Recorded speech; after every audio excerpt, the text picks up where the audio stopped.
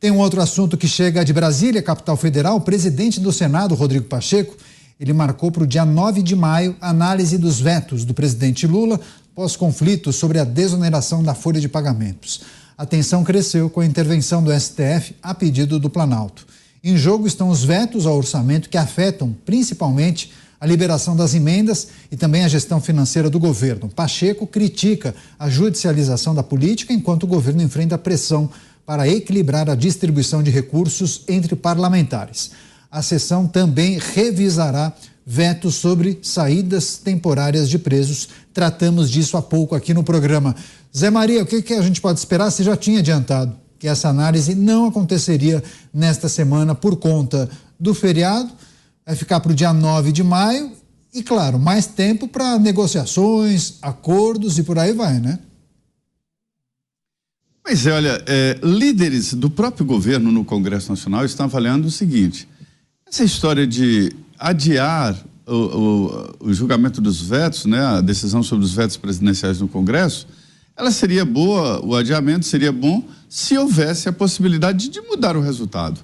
Mas ninguém está vendo nenhuma articulação ou possibilidade de mudar os vetos, né? Eles cairão. Mas o que isso pode piorar, porque quem está articulando é a oposição ao governo, que está trocando ali votos. Você derruba o veto que eu estou interessado em cair, eu ajudo o seu, né? E isso aumentou a fila de vetos que estão no Congresso Nacional. E eles travam ali a pauta. Então é preciso fazer a votação desses vetos. E não adianta mais atrasar. Eu me lembro do ex-presidente da Constituinte, Ulisses Guimarães, que virava para o secretário-geral e dizia: e aí, como é que está a situação? Nós estamos em dificuldade política, nós estamos em minoria. E ele falava: vamos perder logo, isso aí. E colocava em votação, perdia e pau na máquina, vamos para o próximo item. E o governo não, está fazendo cavalo de batalha, indo ao Supremo e tumultuando o mundo político. Isso não é bom para o governo. O governo tem que tentar fazer a paz, de governar numa tranquilidade maior e não ficar criando crises e criando dificuldades. Esta história dos vetos o governo vai perder. Se fosse na semana passada, se fosse nessa ou na semana que vem. É colocar e cai os vetos da saidinha, e o grande perigo é cair os vetos também à LDO. Isso dá um cronograma de liberação obrigatória das emendas, que são impositivas. O debate é sobre o cronograma. Se houver a obrigatoriedade de liberar as emendas, o orçamento vai ficar apertado. O governo em dificuldade para lidar ali com a liberação. Vai ser uma liberação muito dinheiro de uma só vez e vai dificultar para o governo. É isso que está ocasionando, pressionando a mola.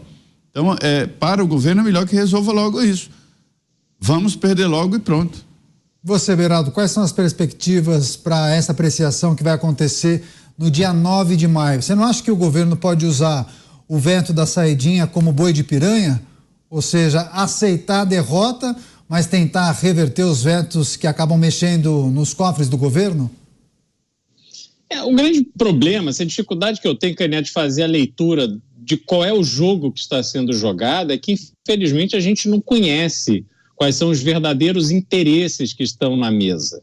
Às vezes, a questão de veto, de coisas que parecem óbvias, né, elas escondem coisas não óbvias que estão ali e que podem entrar como moeda de compensação. E aí sim, essa votação é o boi de piranha que você se refere.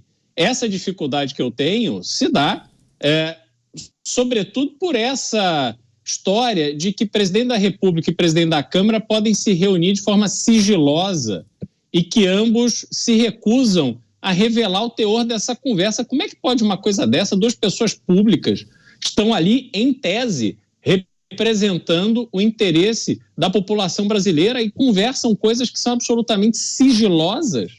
Então, com registro, estavam conversando para aparar arestas da relação do Legislativo com o Executivo. O que pode haver de sigiloso nisso? Então eu fico realmente muito preocupado. Eu acho que essas votações, essa pressão, esse movimento que está sendo feito, ele pode esconder coisas ali bastante preocupantes para o povo brasileiro.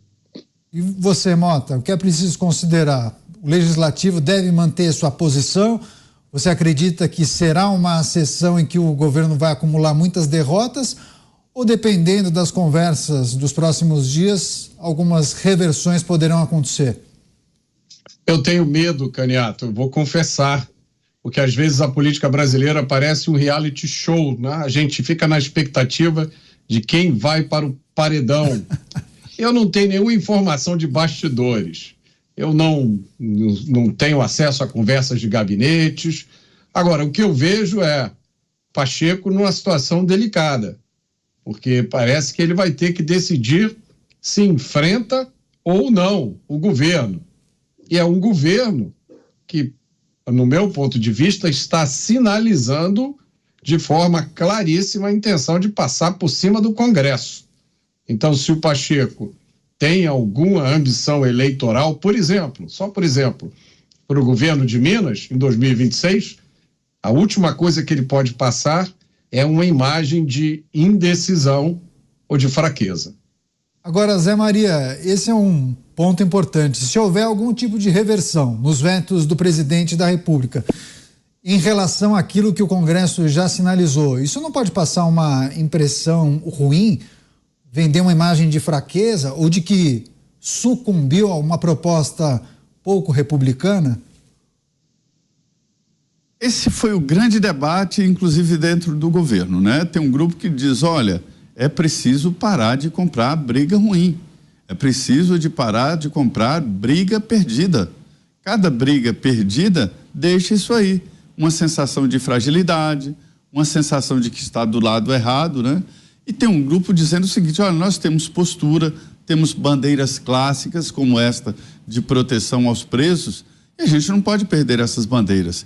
Então, é melhor para nós, é melhor para aquele discurso que se vete a saidinha e que depois o Congresso derrube, mas nós transferimos aos nossos aliados esta imagem de sempre, de que nós temos essa defesa. Então, a realidade é essa, é fazer política. Só que eu acho que comprar essas brigas perdidas, elas nunca são boas em política. Perder em política, às vezes, é ganhar, mas não é todo dia. Situações assim que você fica perdendo no Congresso Nacional, porque daqui a pouco você vai precisar de ganhar no Congresso Nacional e não tem condições. A articulação está muito difícil no Congresso, porque mudou a cara do Congresso, mudou o jeito de fazer política. Deputado e senador hoje não está nem aí para partido político se é governo ou não governo, porque tem 55 bilhões de reais nas mãos para gastar com as emendas. E isso muda completamente o jeito de fazer política. E a negociação está projeto a projeto. E aí fica muito difícil negociar no varejo. E além disso fica muito mais caro, porque aí os deputados cobram muito mais. Esta sensação de fragilidade não é boa para a política, eu nunca ouvi isso.